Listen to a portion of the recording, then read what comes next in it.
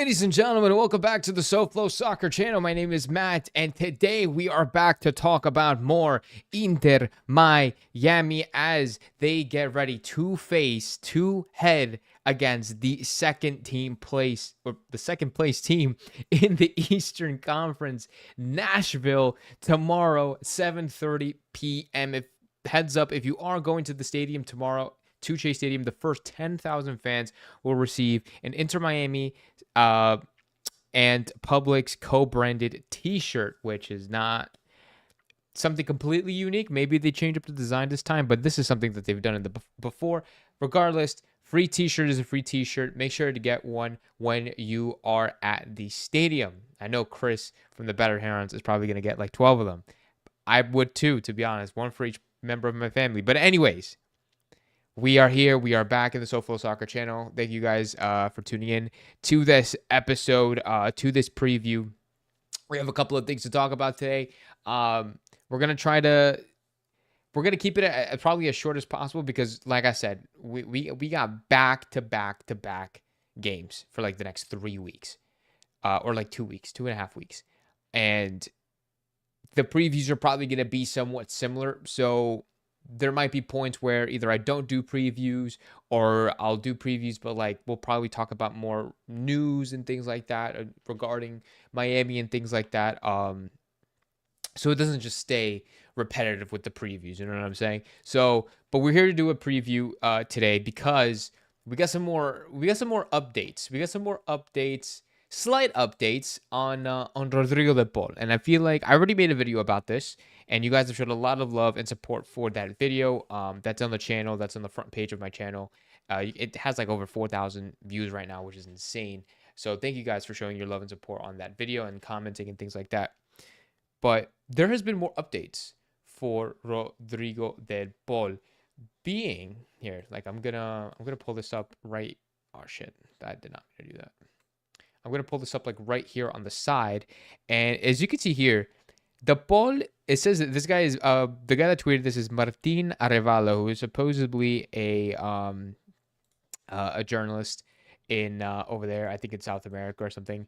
He says, De Paul is close to signing to Inter Miami. Next week, the arrival of Rodrigo De Paul at Inter Miami will begin to be finalized. Although he has several offers, everything is pointing towards him becoming a teammate of Messi. He would leave Atleti for a figure close to about $15 million. That is something that we already knew, obviously. But the fact that this is quite literally, officially confirmed. Like, this is the most confirmed that any deal is going to get before the club announces it, because you all know the club is going to take forever to announce it. Even if it is done, we're probably not going to hear from them maybe until like a couple of weeks from now. A lot of people in the comments I know who were here already were predicting that Rodrigo De Paul would make his debut around like League Cup time, or probably the first game of the League Cup, which makes a lot of sense if that were to happen. I mean, Inter Miami could do a bunch of things with that, increase ticket sales, things like that. I'm actually not too sure exactly how well the ticket sales are doing for Leagues Cup. I remember way back when I opted out of the option to purchase the tickets for Leagues Cup because I'm like, I'm not going to spend extra. I honestly thought like Inter Miami should have just included it in the season ticket member package, at least for those 3 games, like for the group stage games, but they didn't, and it is what it is. I'm still probably not going to go. But if he does make his debut for the first league or the first game of the League's Cup, I think that would be absolutely insane. The same way that Messi made his debut for Inter Miami in a League's Cup game. I think it'd be awesome. I think it'd be amazing for the fans, amazing for the team. Amazing just for the overall, it just raises everything. It just raises the bar, raises the quality of this team. Absolutely cannot wait. I am literally going to be the first one in line to buy a Rodrigo De Paul Inter Miami jersey. I can bet you on that. Rodrigo De Paul also was, I guess, interviewed, and he quoted this, saying, "I've always seen my friendship with Messi as long-standing. The first day that he came to the national camp was in Madrid in March 2019. We trained together, and on the bus I sat in his seat by mistake. And then whatever, they like started like this bromance. Is that we become friends. We talk almost every day. So obviously their chemistry, their connection is very, very sacred. It's very, very close. And this deal, because like apparently he had a like crazy move to Saudi for like a buttload of money, but obviously there are more important things than money to Rodrigo De Paul, to Messi, and you can just tell just based on this quote and their relationship as teammates, as friends, etc., etc. So that's just amazing to see. So more on Rodrigo De Paul coming soon. I will most likely be making a video confirming, talking about the confirmation of Rodrigo De Paul, if that does happen, when that does happen, and so make sure you stay tuned for that. Because I'm really, really excited to make that video, to post that video, to share that info with you guys, to share that kind of content with you guys. But anyways, let's get into kind of like availability. Like normally how we do these previews, we talk about player availability. We'll talk about how we can set up against a Nashville team that is in second place, who's doing very, very well this season. We'll talk about availability first, and then we'll talk kind of like strategizing starting lineups and such. So let's get into the roster, or the MLS player availability report that is posted by MLS every match week, I guess, right? So here it is right here.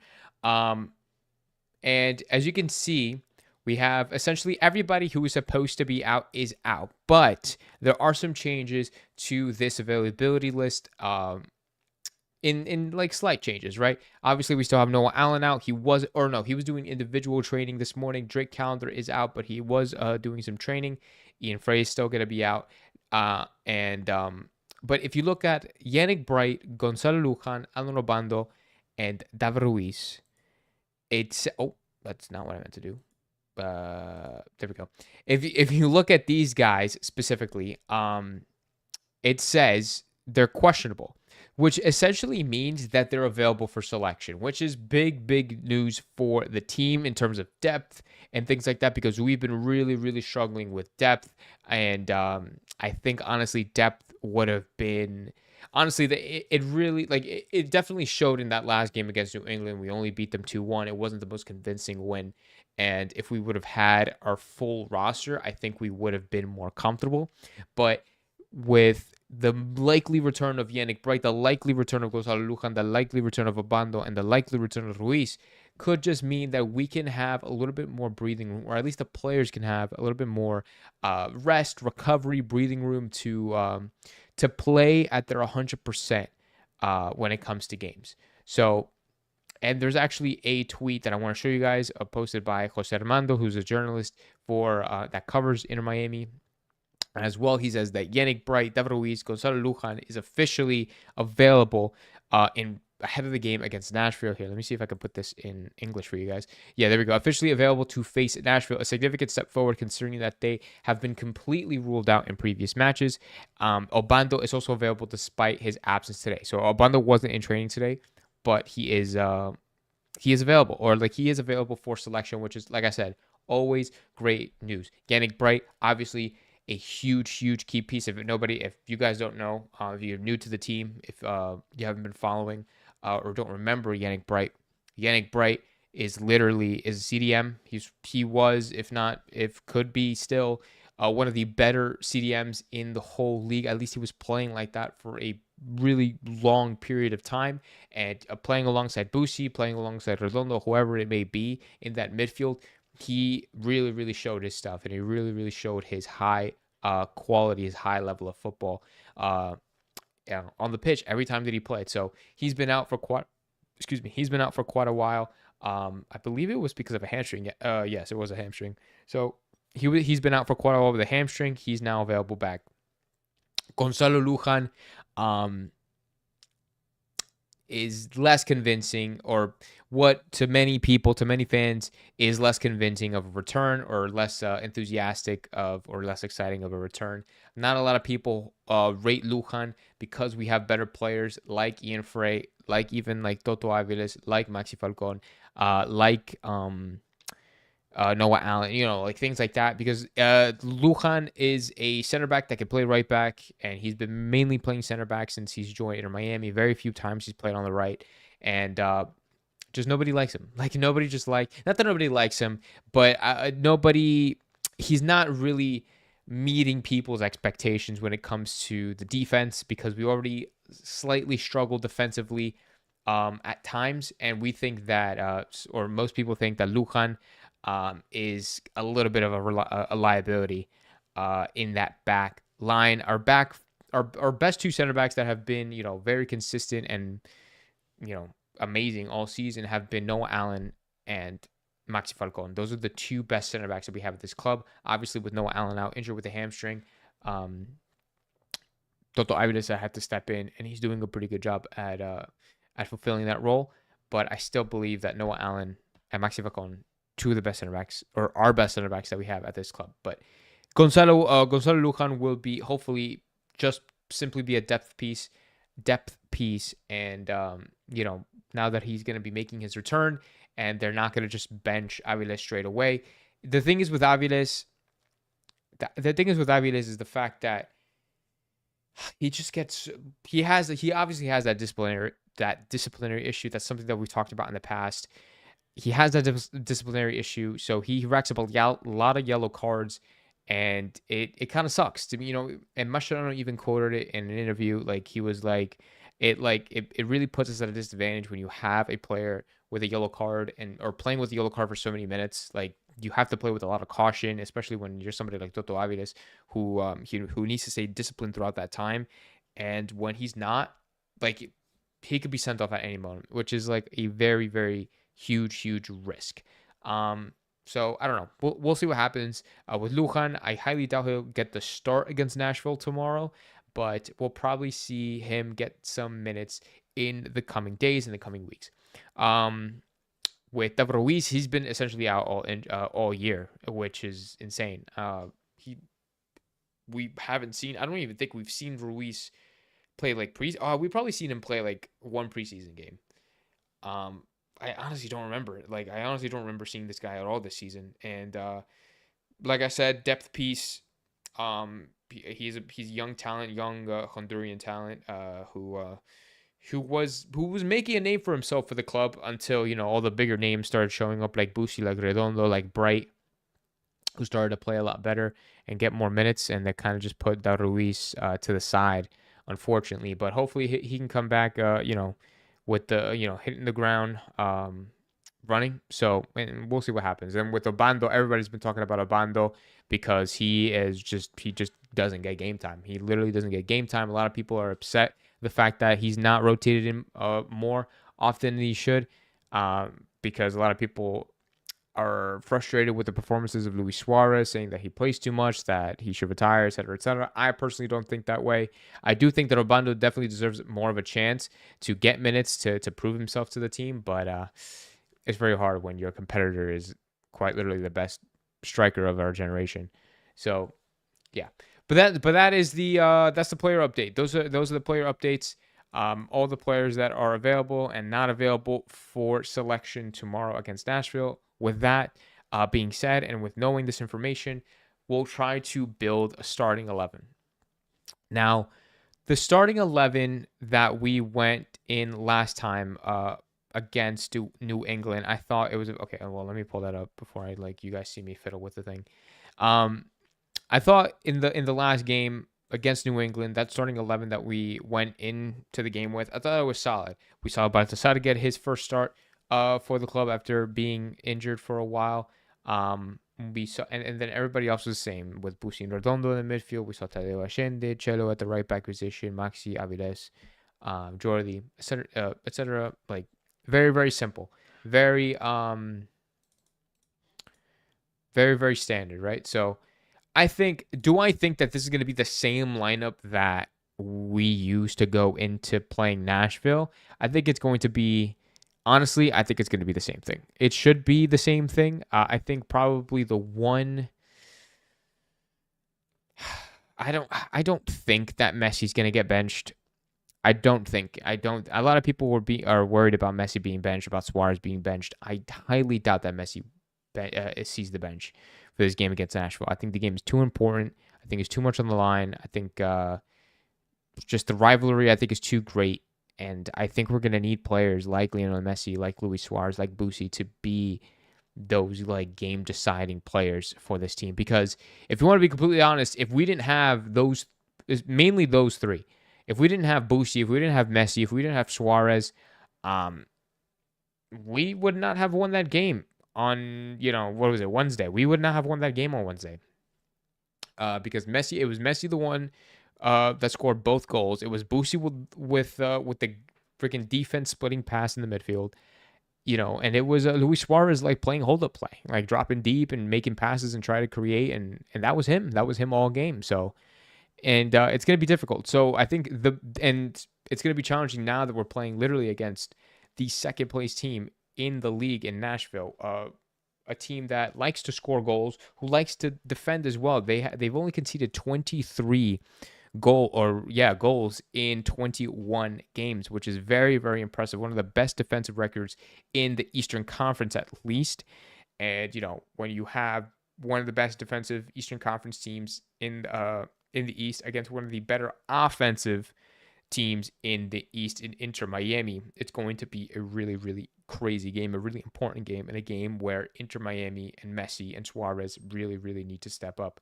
And I hate putting, I don't want to say pressure, but I hate like kind of expecting a lot from Messi and Suarez. And even though like we do want them and do kind of expect them to be playing at a higher level than the rest of the team, I think it's also important that the rest of the team also has to step up and be just as consistent. I don't know if that's unfair to say, because, for example, like Tadeo Oshende was the biggest example from the New England game. I thought that was probably the worst game that I've seen from Tadeo Oshende in a while, like in a couple of games, right? Like it just wasn't the best performance for Tadeo Oshende. But now is not the time to have your worst performances. Now it's the time for us to really see where like these players shine. Whether that's Tadeo Oshende, whether that's Velasco Segovia, whether that's Baltasar, whether that's Redondo, Benja Gramaski, Fafa, especially. Like Fafa really, really needs to earn his spot back, and the only way to do that is to do something crazy. He needs to play his ass off in whatever amount of minutes that he can get. He has to play his ass off. So, it's gonna be tricky. It's gonna be very, very tricky. I just hope that we can be more consistent throughout the 90 minutes and not have that kind of like, what is it, like Jekyll and Clyde, like kind of deal, like kind of game where we would play great for the first 45 minutes, and then for the second 45 minutes, we'll just completely disappear. I just realized that the chat is going like crazy, and I didn't and like it just pulled up all at once. What the fuck? What is going on? Well, hey chat. So what's up? Yeah, the chat is not. That's weird. The chat literally just appeared all out like that. So that's great. Appreciate you guys for being here. I can't pull them up for some reason. Like it's just frozen in place. Well, so apologies for that. Apologies for those technical difficulties. Let's see if I can, if I restart it or like I refreshed it. No, it all went away. Okay, well, I guess I have to re-chat manually then, or like just look it up manually on my phone. So, in the meantime, let me see what.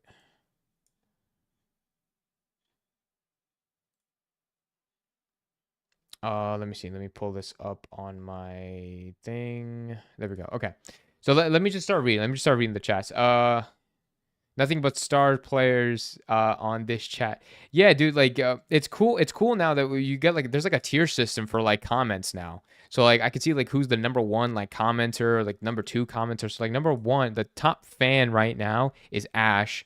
Then I think it's Qatar, and then it's Jonathan. Then it's Jonathan. So that's pretty sick. I think that's a pretty sick feature. Let's see, but I can't pull them up. Then it's like Fabian, then it's Circus Fawn, then it's Hernan. So that's really cool. Let's see. With the ball coming in, who do you bench, Bright or Segovia? I wouldn't bench Bright. No, that's such an unfair question because Bright has not been playing uh, because of his injury. So it's like him being his impact, or like him being implemented back into the team, is probably going to take a lot longer. So I don't know. If Lujan would have been available for CWC, he would have been a starter and would have gone nowhere, says Wookie G. Yeah, Ruiz can play right back and Bright too. We good. I remember Ruiz played right back twice. He played right back twice. I think it was during the Tata era, and that was not fun. That was not fun to witness at all. Um, Let me see. What else are you guys saying? All players with injury that are back probably won't play tomorrow. Maybe Bright for a few minutes. They are out of rhythm. Yeah. So I mean, like, I guess it all kind of depends on how the game goes tomorrow. It's going to be a crazy game. It's going to be a really competitive game, and I highly doubt that we see like more than 15 minutes from each of those guys that I've mentioned, like Lujan and Bright and things like that. I would love to see Bright slowly get implemented back into this team, um, and hopefully it's like a safe safe and smooth and slow transition back into the team, because I don't want to rush it, because I don't want him to lose any more like game time at all. Circus says, wow, can you imagine Segovia, Busquets, and De Paul and Bright? Wow. Yeah, dude. And now we have Baltasar Rodriguez, who I thought had a really good first half against New England. So if you put like Baltasar on the left with Busquets and Rodrigo De Paul in the middle with Tadeo Dashente on the right, I think that'd be pretty sick. And I mean, like technically De Paul can play on like out wide as well. Like he could play as like kind of like a wide midfielder, but we'll see how Mascherano is going to be implementing the ball into this team, which I'm going to leave for an episode. I'm going to leave for like a whole video that I'm going to be making. So the team needs to be in CWC mode, says Ash. I agree. I thought we played really well in CWC. So if we can continue that momentum, I mean, like that the momentum that we've taken from CWC, we're still in it. Like we're still in that momentum, and we're still playing at a very good level, in my opinion. The only kind of like wobbly-ish road that we've had was against New England, where we had that poor second half after changes and things like that. We got a little complacent. But other than that, I think we're in a decent spot. Mirno Mendes says, is Bright back? Where's Drake? Will Fafa play? Is Frey ready to play? Bright is back for selection. Like he's available to be selected into the team. Drake is still training. Probably won't be implemented into the team at all. Fafa, we don't know about Fafa. He's been getting very inconsistent minutes. I don't think Mascherano trusts him to play more minutes. So that's something that Fafa has to do on his end to be more reliable, dependable, trustworthy when it comes to him playing. And so every minute that he's able to get, he has to take it 110%. Is Frey ready to play? No, I don't. Frey is not ready to play. I don't even think I don't think he was one of the players that was available for selection either. So no, Frey is not ready. Bright will be available. Drake and Frey not available. Yep. Let me see what else you guys are saying. Main problem is that if they put 2 to 3 players on Messi, I don't know who could create chances. Segovia needs to step up, says Casar. And that's what I mean. And that's what I talked about like a couple of minutes ago. Like the fact that Messi, Busi, and Suarez, I think have been pretty consistent, which they should be. They're like top level players who played at the highest of levels. And so they can be extremely consistent, like game in and game out. And even when they're having bad games, they can still turn it around very, very quickly. For other players on this team, like Tadeo Asciente, like Velasco Segovia, once they get inconsistent, I feel like it takes a while for them to get back into it. So like Velasco Segovia has been inconsistent. Yeah, he scored that banger against Montreal, but that was like the one positive thing that happened to him that he did for this club in what I feel like is a really long time. So Velasco Segovia has to set up. Tadeo Asciende set up has to step up. The other players on this team every player on this team has to step up that isn't the Barca boys, because the Barca boys are doing their thing. They're doing their job. They're winning games for us. They won that last game against New England, one of the worst sides in the MLS, one of the worst sides in the Eastern Conference, I should say, not in the MLS, one of the worst sides in the Eastern Conference, and we barely scraped by. Now, now we're playing against a really, really good Nashville side with Sam Surge being the top goal scorer of the MLS right now. You know, them like him kind of popping off. And I'm gonna show you guys the stats right now in a minute. But Sam Sturridge has 16 goals. Let me just split this right now. Sam Sturridge has 16 goals in first place. Lionel Messi has 14 in second place, and then it's Baribo, and then it's Evander, and then it's Joveljic. So, Nashville have a good team, and it's not just Sam Sturridge. They have freaking what's it called? They have Mukhtar. They just beat. I mean, DC United are not really the best right now, but they have Mukhtar. They have Brugman. They have Perez, who's been doing really, really good. They've who else do they have? They have Mule still. So they have like really, really, really good players. Damn, they still have like they have Zimmerman. Oh shit, still? How old is he? 32. Damn, I thought he was a lot older. I'm not gonna lie to you. Schaffelberg is injured, so we don't have to worry about him breaking Messi's leg again. That Boyd is injured. We have Mayer who's injured. I don't know who these guys are, but McNaughton, dude, isn't this the guy that played for Nashville and like almost broke Messi's leg that one time, like last year I think it was? Oh, no way. I think it's this guy. Yo, that's actually kind of crazy. Anyway, Custer says Fafa should play over Rashende. His IQ's football is close to 0. Fafa needs to prove himself that he belongs in this team. Every minute that Fafa has played off the bench, I felt like he just hasn't done anything, and maybe he isn't given the chance. And I don't have anything against Fafa, but I think he needs to, like I said, take advantage of every single minute that he gets played, that he plays, because I feel like he's just going to continue to ride the bench, even though Ashinde is going to have subpar performances, like Fafa's not doing that much better. So you know what I'm saying? So we have to see. Vashinov says this is Jordy's game. Mira Mendes says Suarez needs to start striking, otherwise he needs to block, defend, assist other players. I mean, he has been assisting, he's been creating, he's been dropping deep, he's been doing that. He's been playing that sort of style. I think he's been doing that, playing that sort of style. So, and on top of that, he does score the goals whenever he can. So, let me see. 4 penalties to Surridge. That just makes Messi the GOAT. He has 5 pens and 3 more games played. I ain't scared. I love that mentality, Nick Smith. I really wish I could pull your guys' comments up, but I'm gonna have to fix that for the next stream.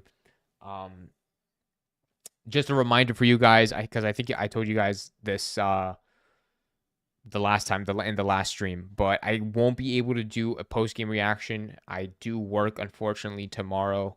I close, I don't get out until 11 p.m. So I won't be able to watch the game. I won't be able to go live. I'll be able to go live on Sunday, that Sunday, the next day, for a little bit, in the afternoon. So if that's something that you guys are wanting to do or or looking forward to watching, is what I'm trying to say, then you can look forward to that. I'll set that up for Sunday, probably around noon time, because I do have to work later on Sunday as well. But I can do a Sunday noon stream, and we should be chilling. He's a penalty merchant. Who cares? I'm worried about Miami defense, slow and senior citizens like Boosie. So I'm not worried about the slowness. I am worried about the turning overs or possession. But speaking of that, let's get into a starting 11 predictions.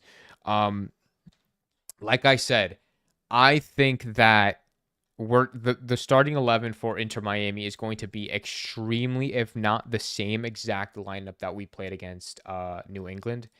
I think that we're going to be seeing players obviously Maxi Falcon. We're going to be seeing players like Toto Aviles. Ustari, I don't know about Ustari. I mean, he didn't come off injured, but he did get slightly hurt in his shoulder. He probably is available for selection. There was nothing shown on the MLS report. So maybe we'll see Ustari in goal, but honestly, I don't see the reason why we should push it further. I mean, I understand, I don't understand why we should risk it. any further than we have to. But if we can't, like if we don't risk it, if we don't want to risk it, I wouldn't mind playing Rocco. Like I wouldn't mind playing Rocco, even if that. I don't think we should play that other guy, Yumborough or whatever his name is, Will Yumborough. I don't think so. I think Rocco. This could be Rocco's time to get some minutes, to look good in net, to defend the between the sticks. Excuse me, guys. And yeah, I think this could be Rocco time. Will he start? Probably not, but I'm just gonna put him in my predicted 11 just for the sake of putting him there. So I think Rocco's gonna start. We'll put the back four is probably going to be the same thing. I highly doubt that what's his face, like Sailor gets a start. I think the only thing that I can potentially see happen is Lujan getting a start. Like, you know, like, and the only reason I say that I potentially see that happening is because it's freaking Lujan, and Mascherano, like, just loves Lujan for some reason. And, so, yeah, and, like, maybe I see it. I don't know if about a start, but for some reason, I can definitely see Lujan come off the bench for, like, 10 minutes or something. But if not, I think it's going to be Jordi, Aviles, Falcon with Chelo at the right back position. Remember, Ian Frey is still not available for selection. In the midfield, I do think that Baltasar should keep his starting position because I thought he had a pretty good 45 minutes against New England. And I think with his speed, his technicality, I think his aggressiveness going forward, and I think he could be very threatening in front of goal if he can get kind of comfortable with the team, if he can gel a little bit more. I think Baltasar is going to be a pretty good player for us if given the time and the in the minutes, of course. So I think Baltasar can retain his starting spot at that left wing spot. I think Busi is going to be keeping his spot as well in the midfield. Now, whether Redondo plays, I don't think Bright is going to play because he just became available for selection like today. I don't think that Bright is going to be getting a start at least. Honestly, I wouldn't mind seeing Telasco Segovia playing center mid, but I understand why we wouldn't see him in that spot, because if we play Baltasar at the left wing spot, we essentially don't have a backup left mid, essentially. So if we play Baltasar left wing, we can't play Telasco Segovia in center mid, because then if we have to take out Baltasar, we don't have replacements, so we're gonna have to shift Telasco Segovia, and already tires Telasco Segovia on the left, and maybe that makes it a little bit weird. Right? I mean, like you could probably put Fafa, you could probably put somebody like Benka or something, but I don't know. I just don't see. That's just something I don't see Mascherano doing, if that makes sense. I'm trying to see the Barca. Not says the Barca project will play. Crema will come back as a striker, and Segovia will return for Baltasar. Wookie G says it's definitely not Rocco time. No, give me Yarbrough instead, says Sergio. FYI, Lucas McNaughton was the Nashville defender that, yeah, I know. I did a whole video on him like last year. Like, I remember I did like back when I used to do like videos instead of live streams for the reviews, for like the post game reactions or whatever. I like that whole Champions Cup video was just like me talking about, or like at least like the intro was like me talking about Lucas McNaughton and how he almost freaking chopped that Messi's leg in half. I thought it was, yeah, that was a good video. We can slap Nashville around, says Ash, if we are all correct. Casar says with Mascherano favoritism, I expect the same exact lineup, and Lucan subbed in probably his own. No, exactly. So I think Busi and Redondo is going to be the two center mids at the end of the day. I think Ashende is going to keep his starting spot at the right mid position. Maybe we could see Fafa come off the bench. Who came on for Ashende? Oh, it was Kremaski. Kremaski came on for Ashende last time. Maybe that'll happen again. If it does, it is what it is. But, I mean, if you have available wingers, I just don't see why not. Like, why not play them? That's just me. And then top two should be Luis Suarez and Lionel Messi. No doubt about it. Lionel Messi and Luis Suarez should be playing tomorrow. Zero doubts. And I think it's a solid team, man. Like, and if what's their face? If Nashville plays their full starters tomorrow, which they obviously should, with Sam Sturridge and freaking and what's his face, and Mukhtar and Mule and Brugman and Perez and all those guys. If they played that starting 11 tomorrow, it's gonna be a really good game. I think that our offense is better than their defense, but it depends on how low of a block they kind of play, in my opinion. Like, if they are really scared of our offense, which I highly, not that I want to say I highly doubt that they are, but I think they are going to play with a little bit more confidence than normal. I think it should be. I think we should be able to put a couple of goals past passionate Nashville. Let me know what you guys think in the comments right now. Let me know your score predictions for tomorrow. That's something that we're going to be, we're going to be discussing for the next couple of minutes before we wrap up the stream. For my opinion, if you were to ask me what I think the scoreline is going to be for tomorrow, I think that Inter Miami, Messi scored back-to-back braces. 4 in a row, never been done in MLS history.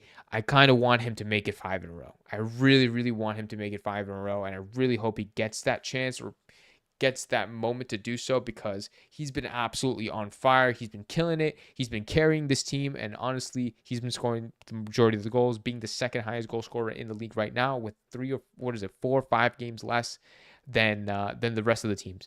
So Messi is going crazy. I'm predicting a Messi brace tomorrow. I'm also predicting that we're probably going to get scored on, because that's just how our defense is. We're probably going to get scored on at least one time. I think with Nashville, I think we're going to concede 2 goals. I'm not going to lie. I think we're going to concede 2 goals against Nashville, because we kind of have that. We have that spell with Nashville where we just seem to, I don't know. Before we used to really struggle against Nashville. Let's look at the head-to-head really quick, actually, now that I'm talking about this. I think the last time we played Nashville, we beat them, but I don't know if it was a convincing win. Yeah, so let's look at this. This is the head-to-head record for Inter Miami versus Inter Miami and Nashville. 5 wins for Miami, 5 draws, 4 wins for Nashville. The last time we played them, it was a 2-1 win on June 29th. Last year, we beat them 2-1. Then after that, we beat them 3-1. After that, or before that, we beat them 3-1 again. 2-2 in the Champions Cup last year. And then Champions Cup 1-1, 0-0, 2-2. So it's been a really long time since they beat us. It's been almost 2 years, or actually more than 2 years since Nashville has beaten Inter Miami. Are they going to be breaking that streak again? Or are they going to be breaking that streak that we have on them? I really hope not. I really hope not. But let's see what you guys are saying in the chat. Remember, I can't pull your guys' chat up today for some reason. The freaking chat bot is not working. So I'll make sure to have that ready and fixed by the next stream. But let's see. We have Circus Fun saying 2-1 to Inter. Vaishnav Hole saying 4-3 to Inter. That's insane. That would be a crazy freaking game. AZ Rebellion says 4-2 to Inter Miami. Circus Fun also says we will concede in the first 7 minutes. Casar says 2-1 to Miami or 2-2. Realistic scoreline. AZ Rebellion, to be honest, we've been beating their ass. LOL. Yeah, man.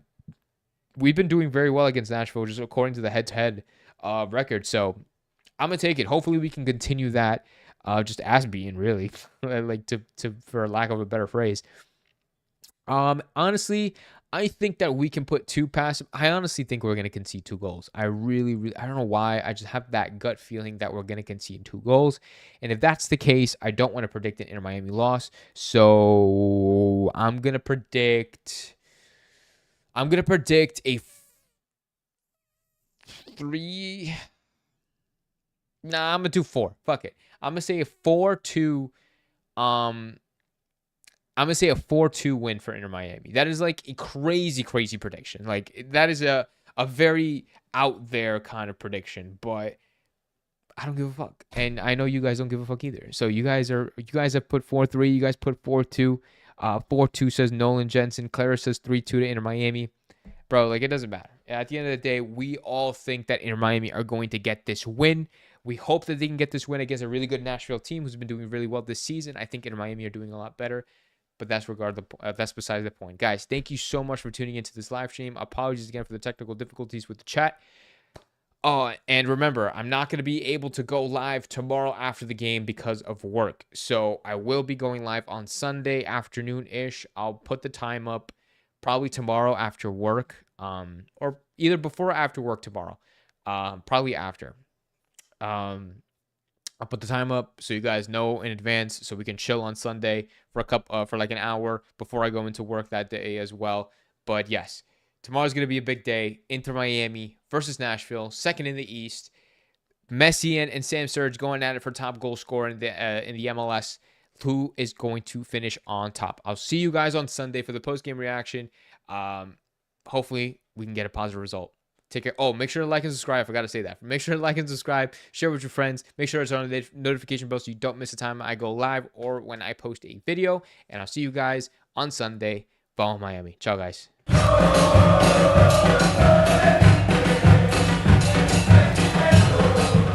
¿Qué mira, bobo? Anda para allá, bobo.